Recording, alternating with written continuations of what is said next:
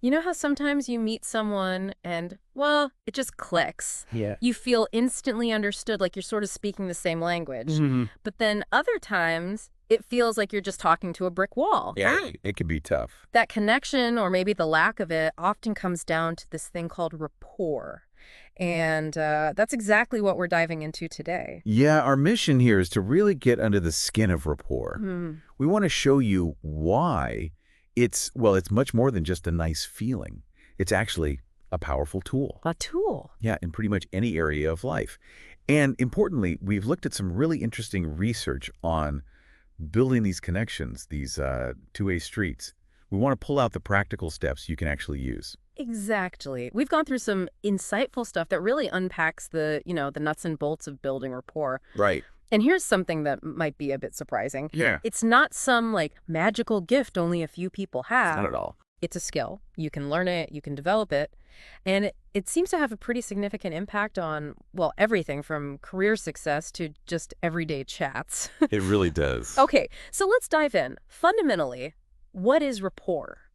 Okay, so at its core, rapport is really about building relationships that have this deep sense of connection, closeness, harmony. Harmony, right. Think about those times you meet someone and just instantly feel that sense of liking, maybe trust. Yeah. Their view just kind of clicks with yours. Oh, okay. It's that underlying bond you get when you sense, shared values or similar way of looking at things. That feeling of being properly in sync. Yeah. And I heard there's some fascinating work by researchers Linda Tickle-Degnan and Robert Rosenthal. They identified some key ingredients. Yeah, that's right. They did some great work. They basically pinpointed three main components: mutual attentiveness, positivity, and coordination. Okay, break those down. Mutual attentiveness. That just means both people are totally focused, genuinely interested in what the other person is saying, what they're doing. Right. Paying attention. Exactly. Then positivity. That's the friendliness, the happiness, the sort of the genuine care and concern you show in the interaction. Okay. And coordination. That sounds interesting. Yeah, that's that feeling of being on the same wavelength. Mm-hmm. Sharing a common understanding, maybe even having similar energy levels, tone of voice, body language. It's like a subtle dance. Huh. That makes a lot of sense when you put it like that. You kind of recognize it when you feel it. Mm-hmm. And it sounds like this rapport thing, sometimes it just happens instantly, Yeah. that click, but other times it grows over time. Precisely. It can just happen naturally. Or, and this is key, you can consciously use strategies to help it grow. Ah, so you can actually build it deliberately. You can. And why bother? Well, it's not just about feeling good. It gets real results. When you have rapport with someone, you'll probably find you have more influence. Yeah, and you can learn more from them, even teach them more effectively. Yeah. That basic trust means people are just more open to your ideas, more likely to share information, collaborate. It opens doors. Wow. Okay. So this isn't just like soft skills fluff. This actually has real world clout. Whether you're trying to ace a job interview or Close the deal, yeah. close a deal or even just, make your personal relationships better. Absolutely.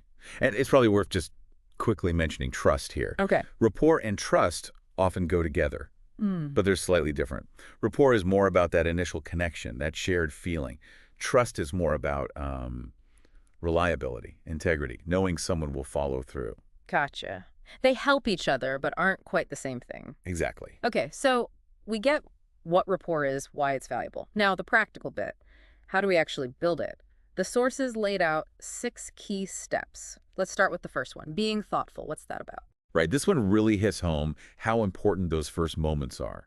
Your appearance, how you act right at the start, it can make a huge difference. Either helps connect or throws up a barrier immediately. Barriers like. Well, the examples give it are pretty clear. Don't be, say, way overdressed or underdressed for the situation. Be on time. If it's a meeting about something specific, like a project, have your stuff ready. Makes sense. It's basic respect, really. It is. It's about showing respect for the other person's time and just making sure your first impression doesn't hinder that connection. Okay, step 1, thoughtful first impressions.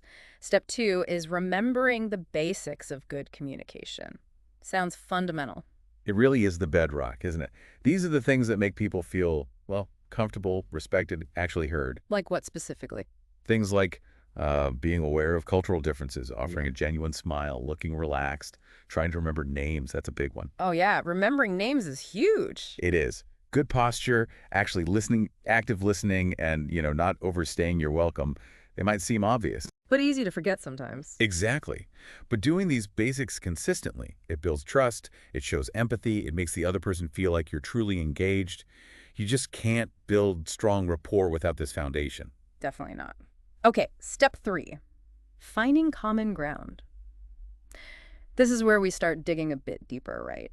Looking for shared stuff. Precisely. This is where small talk actually becomes useful. It's not just filling silence. It's a way to uncover shared interests or experiences, maybe places you've both been. So how do you do that effectively? Well, the sources point out that generally people like talking about themselves. So if you show genuine interest, ask open-ended questions. That helps people relax and open up. Open-ended questions like, Things about maybe where they went to college or their hobbies, travels, even simple stuff like where they grew up or, which sports team they follow. looking for those connection points. Yeah. And sometimes even just sharing a small frustration, like complaining about the traffic that morning. Yes, shared misery. Exactly. That shared experience can create a quick little bond. But there's a warning here too, isn't there? About being fake. Oh, absolutely critical. But Don't pretend. Don't fake interest just to connect. People usually see through that, and it just tanks your credibility. right. Authenticity matters. It really does. And similar caution with humor. It can be great for rapport, Can be. but it's risky.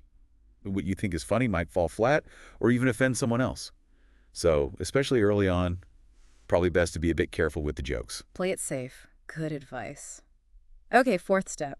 Creating shared experiences. This sounds like it goes beyond just talking. Yes, exactly. Rapport really grows through interaction, through Okay. doing things together. Shared experiences, big or small. Like what sort of things? Could be as simple as, say, attending the same talk at a conference, or something more involved like actually working together on a project, maybe figuring out a new process.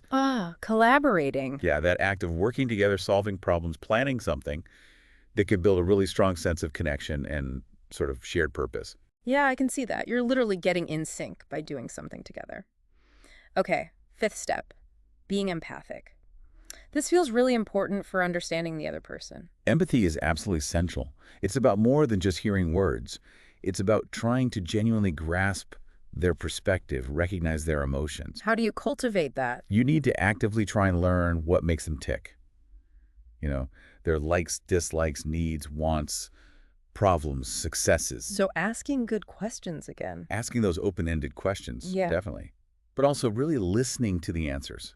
Listening with curiosity so you can respond thoughtfully. Yeah. There's even a technique mentioned, perceptual positions, Oh, where you try to see things from your view, their view, and even like a neutral fly-on-the-wall view.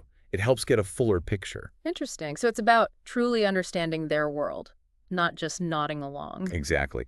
And crucially, the sources also stress keeping the conversation balanced. Balanced tap. Well, rapport is a two-way street.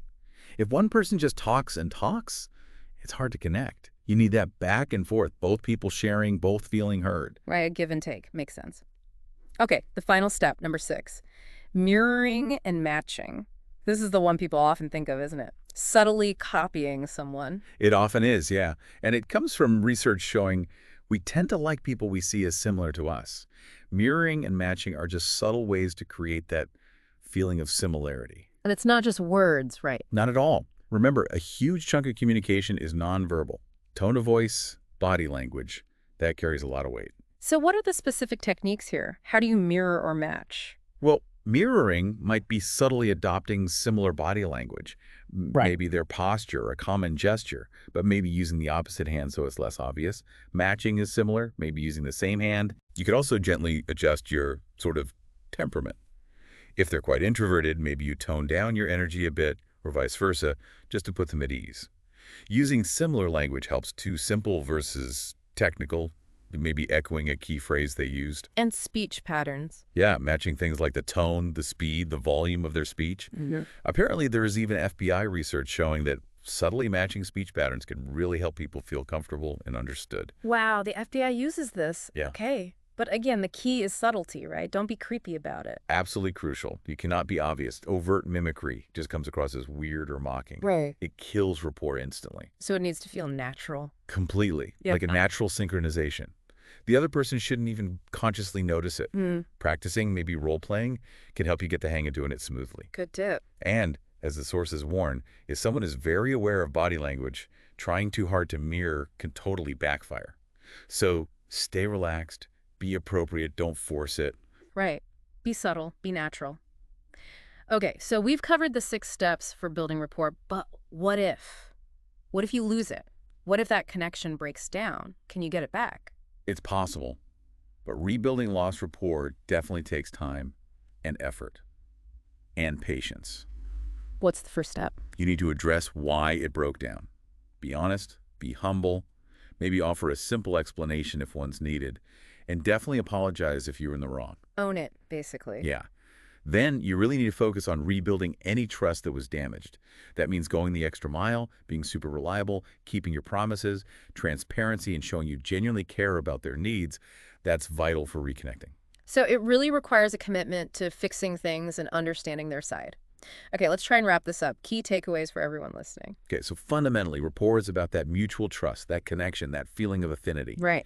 And building it has real career benefits, better relationships, new opportunities. It's not just fluff. And the steps. Remember the 6 steps.